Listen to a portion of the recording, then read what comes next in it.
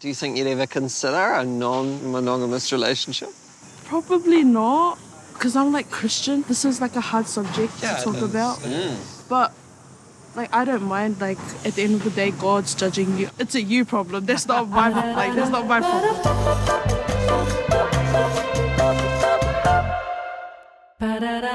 My name is James Mustapic. I'm gay and a comedian, so I'm being judged by God on a daily basis. Society tells us that we need to settle down, get married and have kids. Who made those rules? Some boring straight fuck, probably. Well, the good news is queer people are pretty good at breaking those rules. This episode is about ethical non-monogamy and why queer people love to say no to cis-heteronormative structures.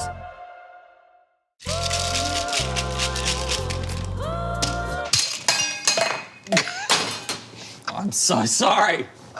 You're in a relationship, correct? Thank you so much for noticing, yeah. Are you guys monogamous? I'd say mostly. Okay. Yeah. Okay.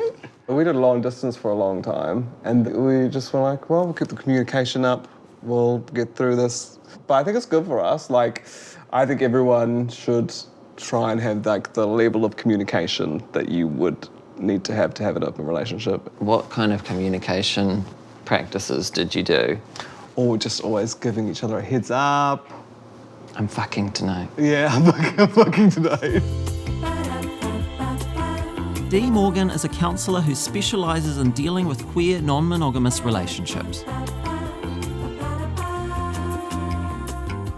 People who identify as queer or who are part of the queer community have had more practice questioning normative assumptions in our society. And as part of that, going, well, if I love this person, do I want to be having sex with them? Do I want to live with them? And recognising that those things are choices that can be discussed.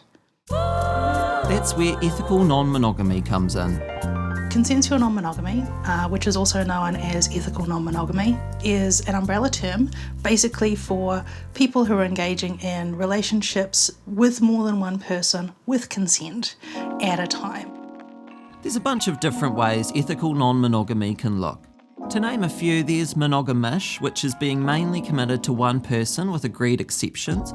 There's relationship anarchy, which is where people prioritise no relationship over another. And there's polyamory, where someone is open to having multiple sexual or romantic partners.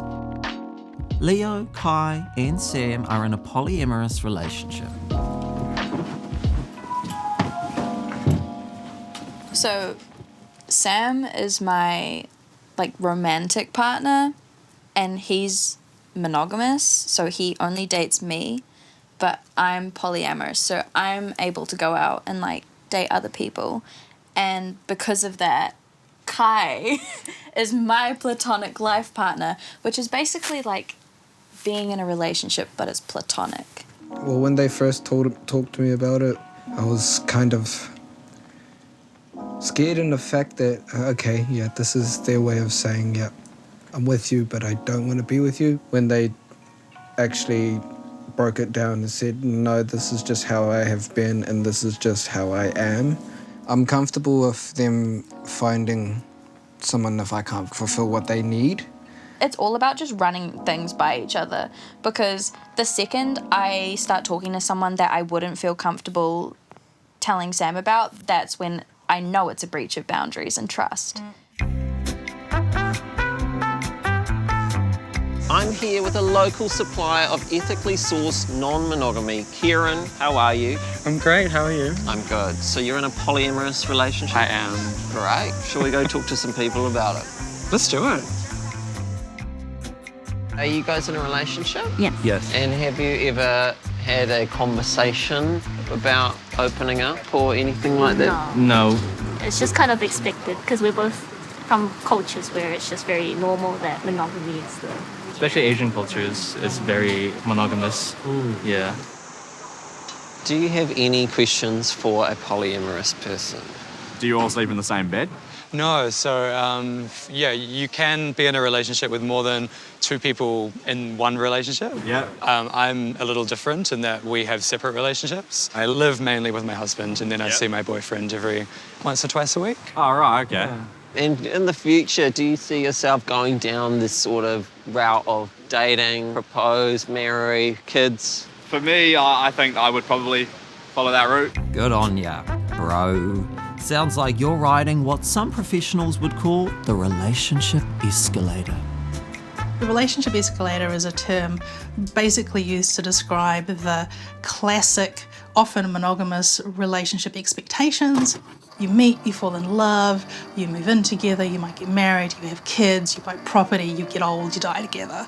And the relationship escalator is a choice for everyone, including monogamous people. There's no issue with it if you've questioned monogamous structures and gone, yeah, that's the type of relationship I want to be in. And I think unquestioned monogamy is enormously damaging.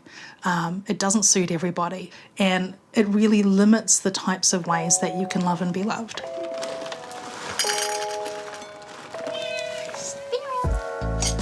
I love love. I'm a slut for love. That's how I see it. Polyamorous people are so good at talking about things because you have to be. If you aren't communicating, what's the difference between ethical non-monogamy versus cheating?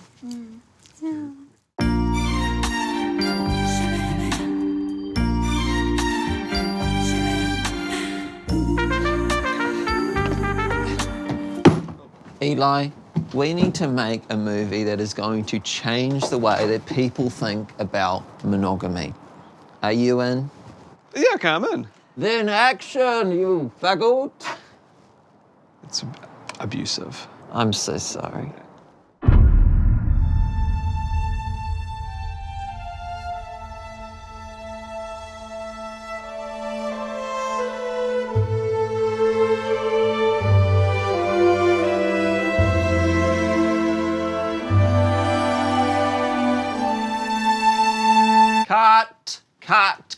Cut. I need more emotion from you, okay? We're gonna go again, all right?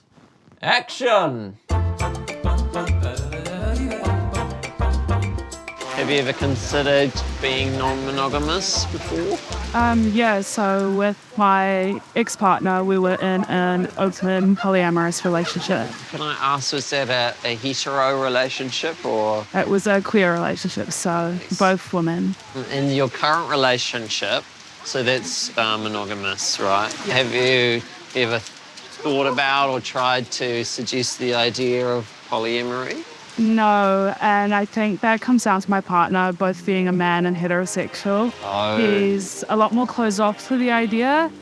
He's very monogamous, so it's never been something that I've thought to bring up. I am a jealous person. I can get jealous over something so minute. It is stupid. I previously was in a monogamous relationship with very little communication. The communication between my past relationship and now, big difference. Because I'm in a polyamorous relationship now, my jealousy is subsided almost completely, but I know it's still there a little bit. Polyamory is so much more than just sex and romance. I have needs that I need met, and I have a clear understanding of how I want them met. That's one thing that's important for people to learn, is that that's okay.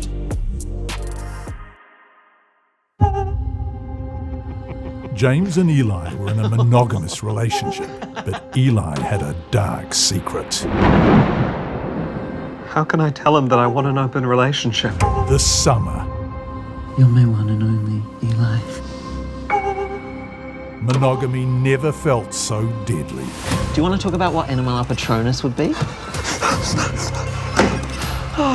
Do you want to get matching hoodies? Found a website that shows what our babies are going to look like. Cutie! But sometimes in life, you have to face your demons. I don't think I want to be monogamous. Oh.